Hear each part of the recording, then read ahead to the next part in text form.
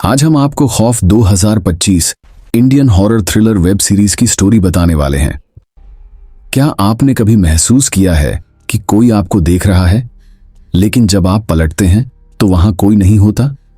दिल्ली के पुराने इलाके में एक हॉस्टल की दीवारों के भीतर छुपा हुआ है डर और रहस्य, जो सिर्फ वही जान सकता है जो वहां रहने का साहस करे। दिल्ली की चकाचौंध और भीड़भाड़ वाली गलियों में एक महिला हॉस्टल की सन्नाटेदार दुनिया में हमारी कहानी शुरू होती है। ये हॉस्टल पुराने समय का बना है, जिसमें सीढ़ियों की चरमराहट और दीवारों की परतों में छुपी अजीब सी गंध है। ये कोई सामान्य हॉस्टल नहीं है, बल्कि उन महिलाओं के लिए बना है जो अकेले शहर में अपने सपनों और करियर के पीछे दौड़ रही हैं। माया, जो 24 साल की एक स्टाइलिश और आत्मनिर्भर लड़की है। हाल ही में उसके जीवन में एक बड़ा हादसा हुआ है, जिसने उसे मानसिक और भावनात्मक रूप से हिला दिया है। माया दिल्ली आकर हॉस्टल में अपना कमरा ढूंढती है। उसका चेहरा थका हुआ और उसकी आंखों में डर झलकता है। उसने हाल ही में अपने परिवार को खोया है और शहर में नया जीवन शुरू करने आई है। उन्हें हॉस्टल के कमरे पुराने और भयानक लगते हैं। माया को कमरे में कदम रखते ही एक अजीब ठंडी हवा का झोंका महसूस होता है। माया इसे मानसिक तनाव की वजह हो रहा है सोचकर टाल देती है। यहाँ के कमरे, खासकर कमरा नंबर 333, अतीत की दर्दनाक घटनाओं के गवाह रहे हैं। जब माया, एक युवा लड़की, अपने अतीत से भागते हुए इस हॉस्टल में आती है, तो उसे नहीं पता होता कि यहाँ उसे और भी बड़े डर का सामना करना पड़ेगा। माया इस प्रगति हॉस्टल में कमरा नंबर 333 में शिफ्ट होती है। यहाँ की लड़कियां उसे अजीब नजरों से देखती हैं और चेतावनी देती हैं कि वह यहाँ से चली जाए। माया इन चेतावनियों को नजरअंदाज करती है, लेकिन जल्द ही उसे एहसास होता है कि यहाँ कुछ तो गड़बड़ है।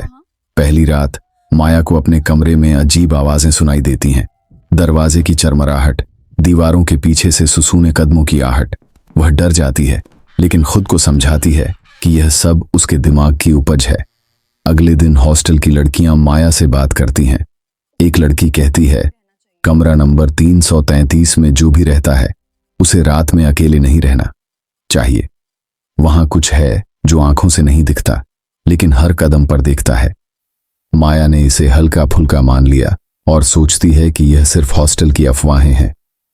लेकिन रात आते ही वह फिर वही अनुभव करती है। जैसे जैसे दिन बीतते हैं, माया हॉस्टल में अजीब घटनाओं का सामना करती है। कभी उसकी किताबें अपने आप गिर जाती हैं, कभी कमरे की रोशनी अपने आप ब्लिंक करती है।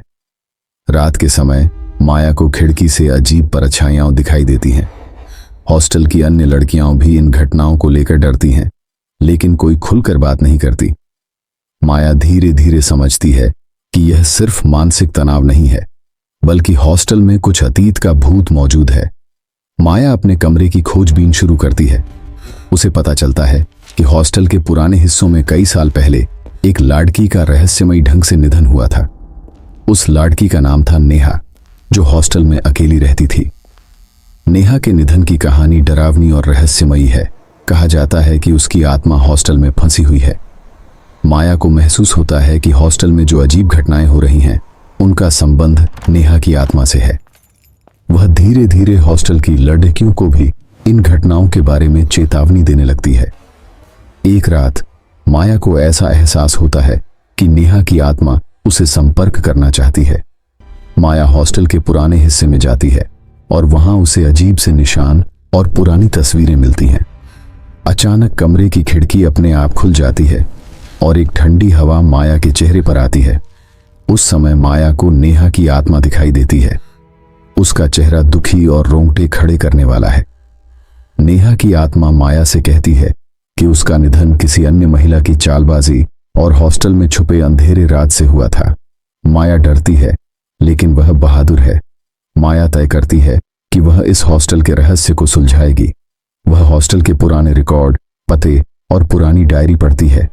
उसे पता चलता है कि हॉस्टल की मैनेजर और कुछ अन्य लोग नेहा के निधन में शामिल थे।